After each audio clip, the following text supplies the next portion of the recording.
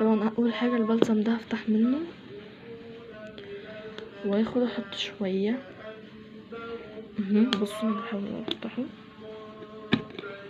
بس كده. فتحته هفضيه عن البلسم ده شركن كامل بيبقى عند اي حد بتاع. فضيت منه كده شويه حلوين اهو زي ما انتم شايفين كده، وهحاول على قد ما اقدر ان انا بس هو خلى قوامه حلو. انا حاسه ان ملمس حلو قوي. هدعك بقى فيه كده وارجع تاني اوريكم الشكل.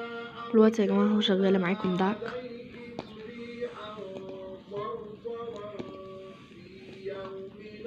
السواقه بقى حلوه قوي قوي قوي كمان.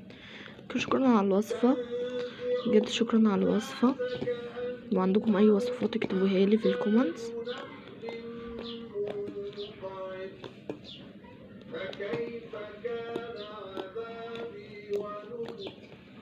الوصفه جميله والسليم لما انا قعدت ادعك على فكره عملت فيه نص ساعه، بس انا منتجه من الفيديو كتير عشان ما يكونش طويل خالص عليكم.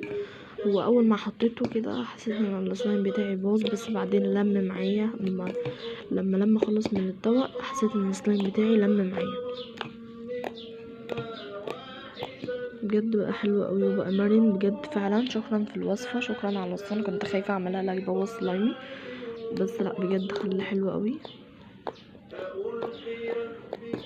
تقدروا تصلحوا بيها سلايم مقطع عندكم بايظ، بس انا متهيألي هي ممكن ما تصلحش قوي، ممكن تصلح برضو. شوفوا حسب اللي يعجبكم. انا بقى هلم في السلايم كده واوريكم شكله النهائي واللعب بيه والمطاط بتاعته ان شاء الله. بس اهم حاجه بس زي ما انا بتعب عشانكم، اعملوا لايك، اعملوا شير، واعملوا سبسكرايب. هكمل بقى كده دعك وارجع تاني اوريكم السلايم. وبعد ما لما خالص من الطبق بصوا بقى شكله حلو قوي. بصوا كمان قوامه حلو جدا جدا جدا. الوصفه دي كانت وصفه من جنى. هي كانت قايله لي، جنى دي واحده صاحبتي، كانت قايله لي انا عايزاكي تجربي وصفتي بالبلسم.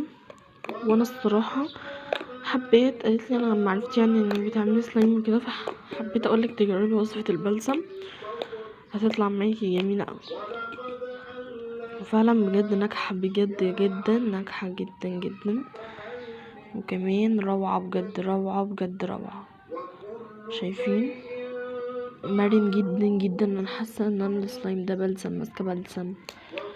لو عايزه اضيف اكتر كنت ضفت، ممكن اضيف تاني على فكره عادي، ما عنديش اي مشكله.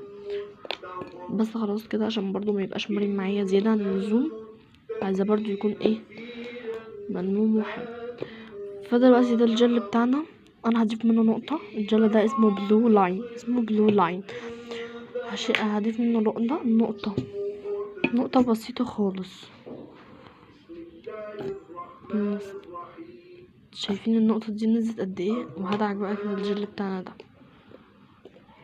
هي قالت لي برضو جربي الجل، قالت لي جربي الجل مع البرسيل، قصدي سوري، الجل العادي مش برسيل اوتوماتيك. هي قالت لي مش برسيل اوتوماتيك عشان ما يخلي، عشان البرسيل اوتوماتيك هي عارفه ان هو بيبقى يعني اسمه ايه ده، بيبقى بوراكس. فما قالت لي مش برسيل اوتوماتيك، جل عادي. ممكن شامبو شعر، ممكن يكون جل استحمام. هو ده جل استحمام بس ريحته بجد حلوه قوي. قالت لي دي فيه بقى وهتلاقيه مرن معاكي هو والبلسم بس كده. فانا هسيبه بقى يرتاح وهوريكم شكله بعد ما يرتاح، عشان هو دعكت فيه كتير جدا جدا. انتوا شفتوا لقطه كده وانا بدعك فيه.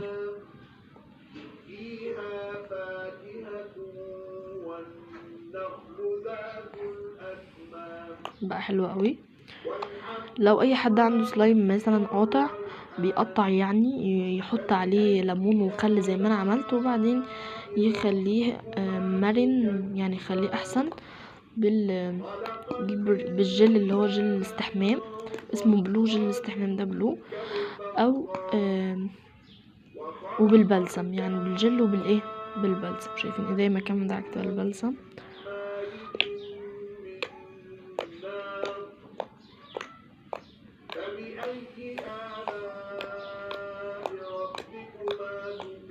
بصوا قوام حلو قوي. الصوت رائع. السلايم ده اسفنجي، بس اسفنجي جميل جدا.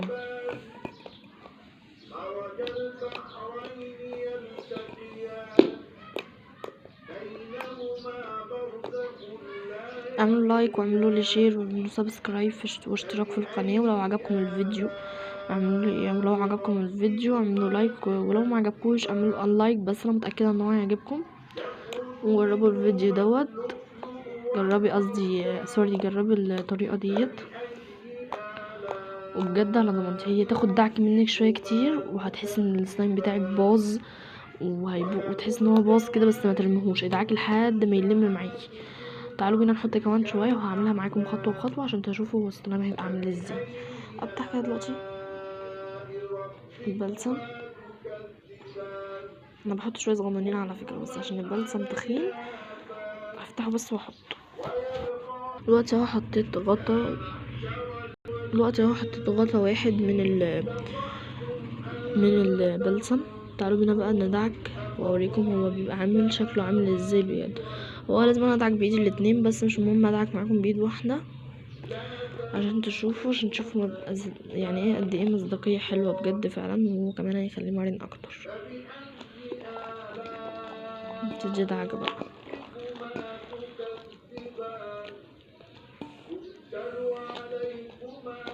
هو بيبقى عامل كده يا جماعه، بيبقى شكله كده اول ما بتحطيه بيفرفط معاكي، بيبقى شكله كده.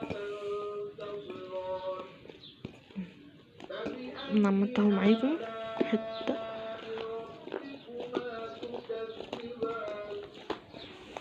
السلايم ده كل الاطفال بتحبه بجد.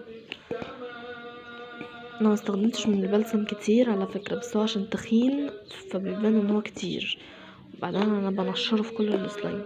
كان انا استخدمت منه حاجات بسيطه خالص، عشان الناس اللي بتقول انت تستخدميش كميه كبيره، لا، كميه صغننه خالص. انا استخدمت الغطا ده هوريهولكم دلوقتي. بصوا انا يعني عملت الغطا ده نصه بالظبط، بصوا نصه، فمش مستخدمه كميه كبيره ولا حاجه.